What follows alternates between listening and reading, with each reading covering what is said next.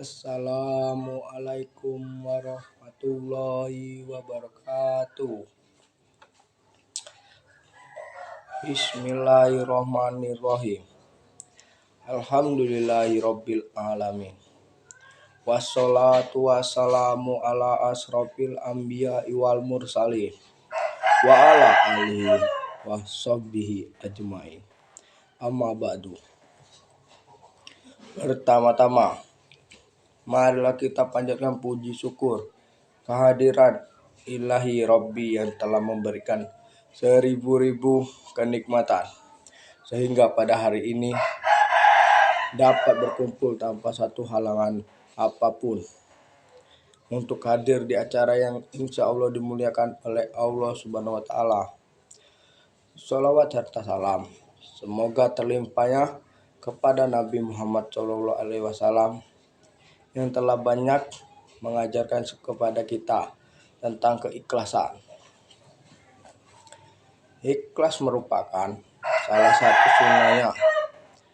Oleh sebab itu, sebagai umat muslim harus senantiasa mengikutinya. Ikhlas adalah amalia hati yang tingkatannya sangat tinggi. Berbeda dengan sabar, ikhlas akan terlihat setelah terjadinya suatu amal. Orang yang ikhlas dalam beramal adalah mereka yang merasa seolah-olah tidak melakukan amal itu. Ikhlas bisa dianalogikan dengan bekerja tanpa meminta upah. Saking tinggi yang amalan ini, ibadah yang mengharapkan surga belum terhitung ikhlas sebab masih mengharapkan upah dari Allah. Namun, tingkatnya tersebut sudah sangat tinggi dibandingkan dengan orang awam. Bukan berarti beramal dengan mengharap surga dan takut neraka tidak baik. Imam Ghazali menjelaskan bahwa beramal mengharapkan surga hukumnya sah dan bagus serta berfaedah diterima suatu amal. Imam Ghazali juga menyebutkan hakikat ikhlas adalah kemurnian niat dari hal-hal yang dapat mengotorinya. Misalnya, sholawat ya sholawat saja, sholat ya sholat saja, makan ya makan saja, kalau mau pergi ya pergi saja. Begitupun ibadah, kalau ibadah ya ibadah aja tanpa memikirkan hal-hal lain. Allah Subhanahu wa Ta'ala berfirman pada surat Al-Ma'idah ayat 5, padahal mereka memerintahkan menyembah Allah dengan ikhlas menantinya semata-mata karena menjalankan agama dan juga agar melaksanakan sholat dan menunaikan zakat, dan yang demikian itulah agama yang lurus atau benar.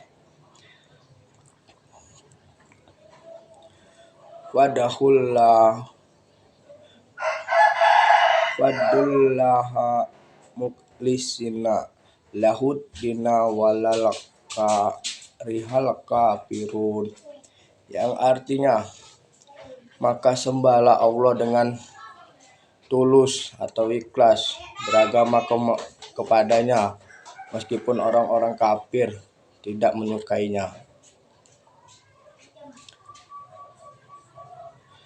Dari ayat tersebut kita tahu bahwa betapa tingginya derajat sifat ikhlas. Dengan ikhlas, semua orang dengan profesinya masing-masing tidak menjadi sufi atau orang yang memiliki hati yang bersih.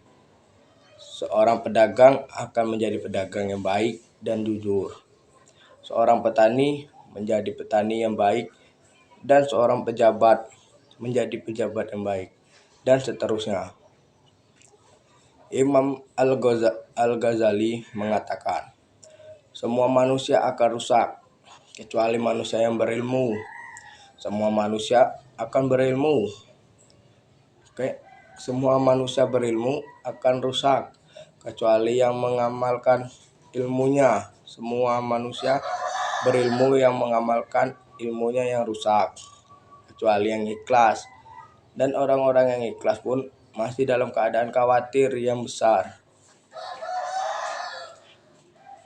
Dari ungkapan tersebut terlihat jelas bahwa semua ilmu dan amal akan sia-sia jika didalamkan tidak ada sifat ikhlas. Ilmu dan amal tidak dapat dibanggakan. Bagaimana mau dibanggakan? Sedangkan yang ikhlas saja masih dalam keadaan khawatir yang besar. Jadi, mari mulai saja ini kita tanamkan.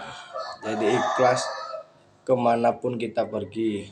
Contohnya, jangan lupa mengantongi ikhlas seperti saat ini.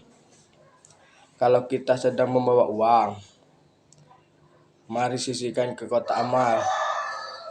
Bukan begitu kawan. Ikhlas itu tanpa melihat besar, tanpa melihat besar uangmu, berapa besar atau kecilnya. Ikhlas itu